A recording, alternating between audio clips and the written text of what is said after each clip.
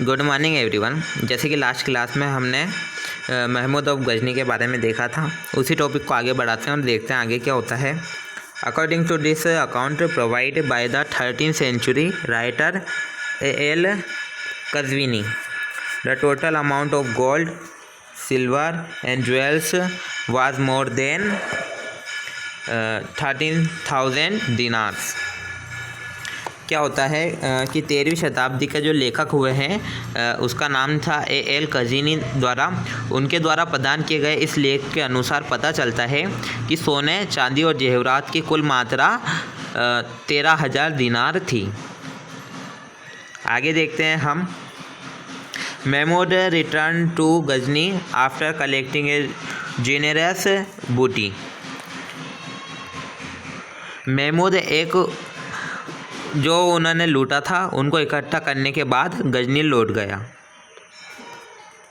यानी कि उन्होंने जो ये सब कुछ लूटा था, इसमें सोना और ये चांदी और जेवरात वगैरह जो सब कुछ था, उनको लेकर वो वापस गजनी लौट गया। आगे देखते हैं। He became the ruler of Ghazni in 1998 CE and he had the desire to build a vast empire in Central Asia. वह 1998 ईस्वी में गजनी का शासक बन गया था, यानी कि 1998 में वो गजनी का शासक बन गया था और उसे मध्य एशिया में एक विशाल साम्राज्य बनाने की इच्छा थी। आगे देखते हैं। He also wished to make Ghazni the most magnificent city of the area. और उन्होंने गजनी को जो गजनी का जो क्षेत्र था उसको सबसे शानदार शहर बनाने की भी कामना की, यानी कि वो जो गजनी जो जगह थी उसको सबसे अच्छी जगह, सबसे अच्छा शहर बनाना चाहता था। The immense wealth of India increase his grid.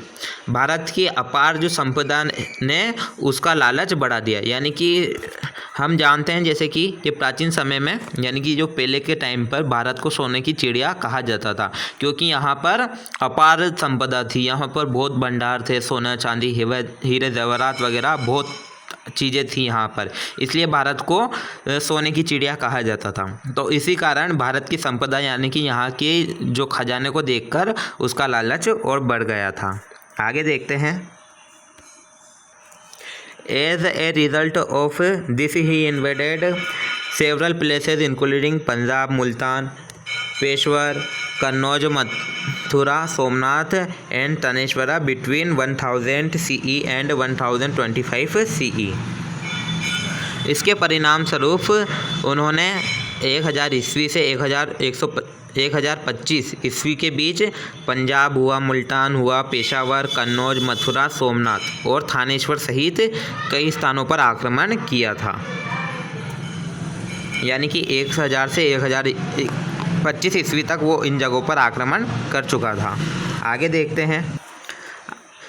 Mahmood inventions upon northern India devastated and weakened the region. उत्तर भारत पर महमूद के आक्रमणों ने इस क्षेत्र को तबाह और कमज़ोर कर दिया था, यानी कि उसकी जो ताकत थी, उत्तर भारत के जो क्षेत्र थे वहाँ पर महमूद बार बार आक्रमण कर रहा था, तो वो क्षेत्र जो थे वो कमज़ोर हो गए थे। Although he annexed Punjab only yet this paved his way for future inventions. हालांकि उसने पंजाब को बर्बाद कर दिया था, फिर भी इसने भविष्य के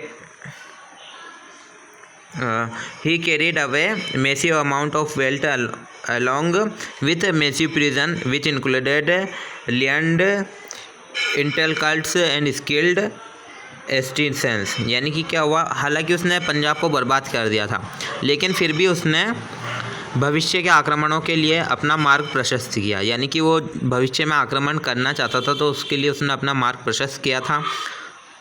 उसने कई कैदियों के साथ धन की भारी मात्रा में भाग लिया। He endowed Ghazni with luxuries place, college, mosques and tombs. अब क्या होता है, उसने जो धन के साथ भारी मात्रा में इकट्ठे किए थे लोग, उसमें विद्वान भी थे, कुशल कारीगर शामिल थे, और उन्होंने शानदार महलों, कॉलेजों, मस्जिदों और मकबरों के साथ गजनी को सजाया था। यानी कि क्या हुआ था, उसके पास धन तो अधिक मात्रा में था ही सही, लेकिन उससे उन्होंने क्या करा, वहाँ पर विद्वान लाए, विशाल विद्वान, जो बड़े महान विद्वान हुए, वो कुशल कारीगर थे शामिल उनमें। तो उन्होंने वहाँ पर महल बनाए, कॉलेज बनाए, मस्जिदें और मकबरे वगैरह से जो गजनी जो जगह थी उसको सजा दिया था। आगे देखते हैं हम। Al Biruni and Firdausi were two of most prominent scholars who lived in his court.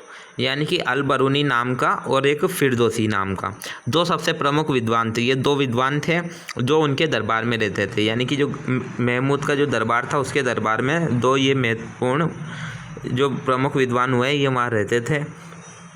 In his book तहकीक ए हिंद अल बरूनी provided a detailed account of Indian people, their beliefs and their ideas। अब क्या होता है, अपनी पुस्तक में उसकी अपनी पुस्तक हुई है तहकीक ए हिंद नाम की, ये पुस्तक का नाम है।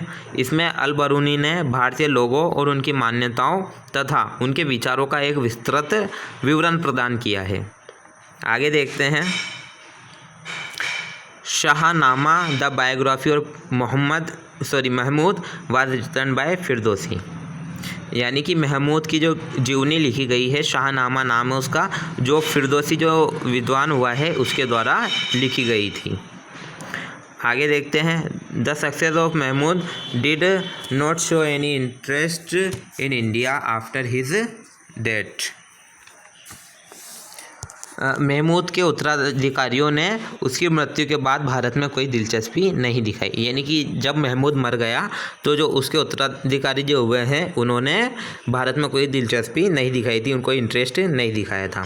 During 11th and 12th century the Rajput clans remained involve in fighting with each other.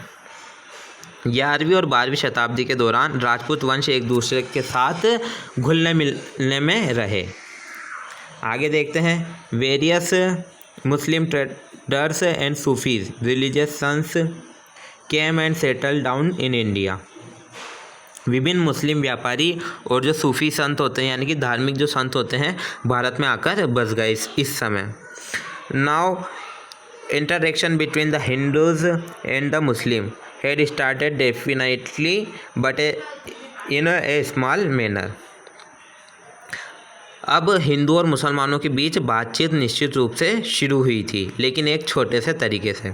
यानी कि क्या हुआ था, इस समय के दौरान जो कुछ मुस्लिम व्यापारी वगैरह और जो संत वगैरह हैं वो यहाँ इंडिया में आकर रहने लगे थे, और इससे हिंदू और मुस्लिमों के बीच में थोड़ी बहुत बातचीत होना शुरू हो गई थी। इसके आगे हम नेक्स्ट क्लास में पढ़ेंगे।